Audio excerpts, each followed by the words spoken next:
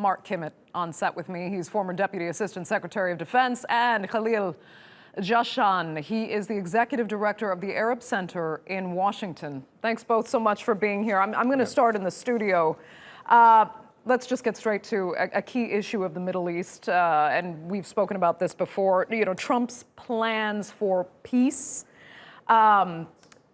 You know, Khalil, actually, this is, I'm sorry, Khalil, let me start with you. I think this is better actually directed straight to someone who has direct interest in the Arab world.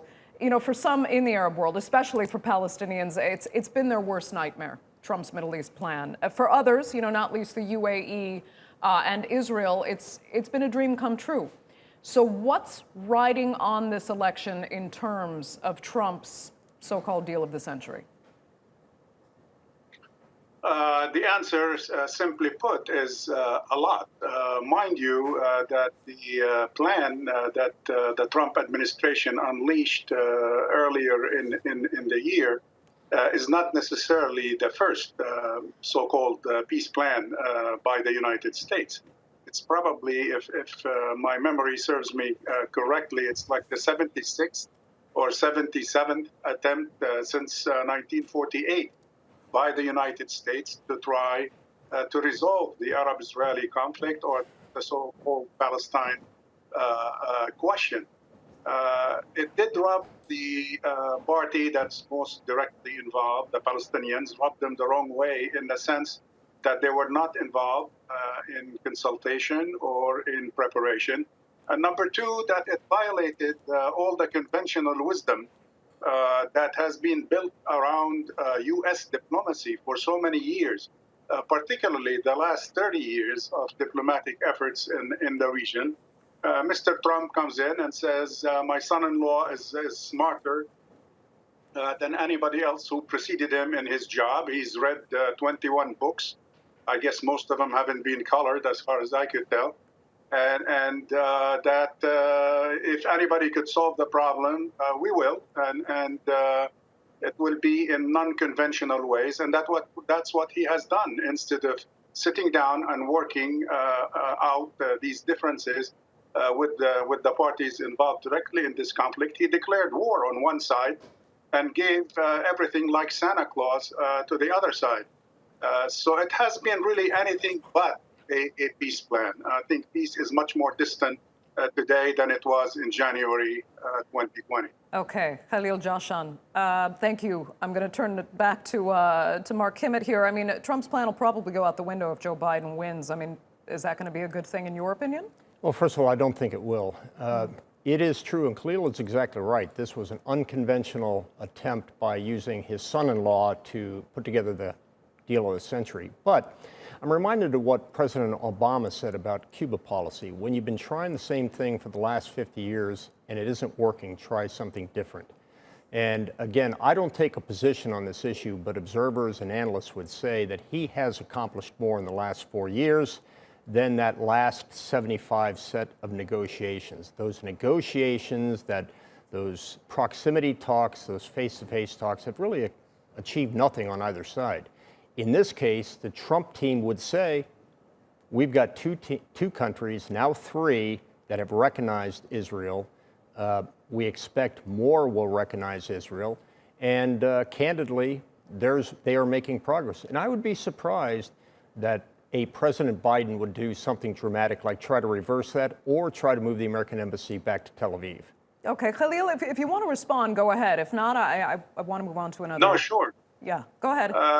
Yeah, I think this is like self-deluding, Mark, if you don't mind, with all due respect. And I say that in a friendly fashion, in the sense that we haven't tried everything. Basically, yes, there is a cemetery of American peace proposals and attempts from the past history.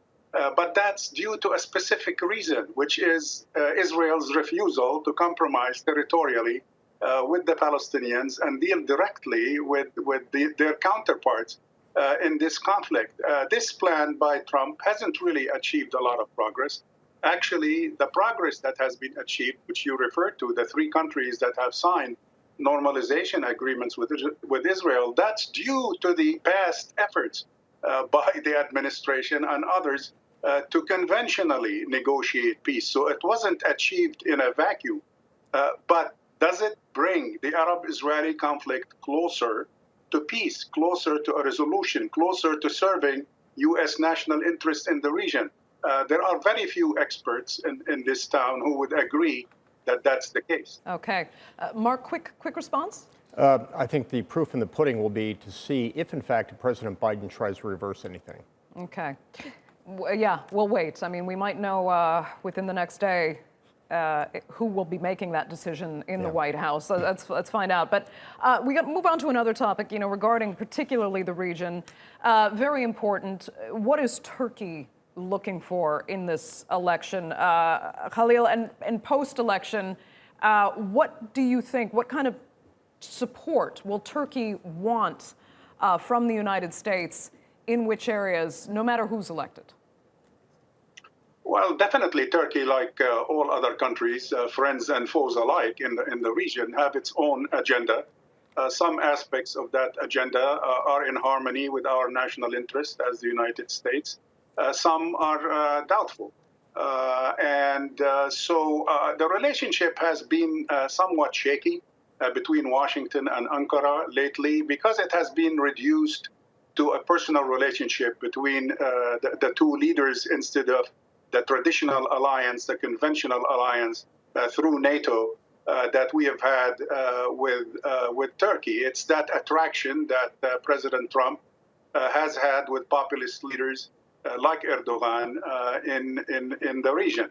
The problem with that relationship, it has left a lot of issues unresolved. It has given a green light and more space for Turkey to maneuver and push its own interests without necessarily coordinating with the United States. Therefore, there are a lot of outstanding issues. And the next president, whether Trump is reelected or Biden is elected, is going to face some challenges to put that relationship back on track. Okay. Mark, go ahead. Well, I completely agree with him on that. There would expect to be a warming of relationships, perhaps not with President Erdogan directly, but I think there would be an attempt on the part of a new Biden administration to try to resolve all of these issues. But candidly, some of these issues can't be resolved by a president. The issue with Gulen is something that's inside the Department of Justice, something such as sanctions against Turkey for the S-400. The U.S. Congress is going to have a piece of that. So I think, and candidly, I don't think a President Biden will put that at the top of his diplomatic list of things that he wants to solve in the near term. One country Trump has been particularly antagonistic to is, of course, Iran. How closely, first of all, is Tehran, Mark, do you think, actually watching this election? Well, so much to the point that Khamenei has already spoken out about it, and so has Zarif. They both said, don't expect anything new from us on the JCPOA. We're not going to renegotiate it. It is up to the United States to ask to come back in the door of the world, not for us to come outside the door and try to renegotiate this with the Americans. We don't care if it's Trump, we don't care if it's Biden, but don't expect us to just give the JCPOA back to you as a sign of our goodwill. You have to earn it back. Okay. There's also been some other issues, though, quickly, with Iran and the U.S. believing that they had actually planned to interfere in the U.S. election. Was that to try to instigate a Biden win or what? No, I don't think that at all. I think what's happening with these attempts to interfere with our election, whether it's China, North Korea, Russia, or Iran, is to try to get the Americans to be less confident in their own system.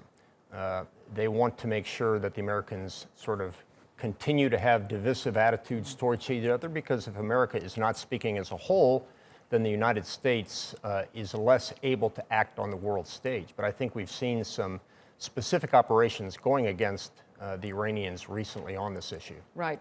Khalil, quickly, I just want to get your thoughts on Iran. And I mean, has the antagonism, what we've seen under the Trump administration, worked to any positive end, in your opinion? Or would you be looking forward to that changing if the administration should change? I don't think they have worked. The policies have antagonized Iran, have strengthened the regime there more than weakened it, and have basically pushed Iran to take certain steps that are detrimental to our allies in the region, claiming that we are acting on their behalf to isolate Iran, but we ended up, in a way, screwing our own allies. But if there is anything to change after this election in U.S. policy, it's going to be U.S. policy vis-a-vis Iran, whether Trump is reelected or Biden is elected as the next president. Okay, Khalil, I'm going to have to give you the last word. Thanks so much for being with us. And Mark Kimmitt with me in the studio. Thanks again. Sure.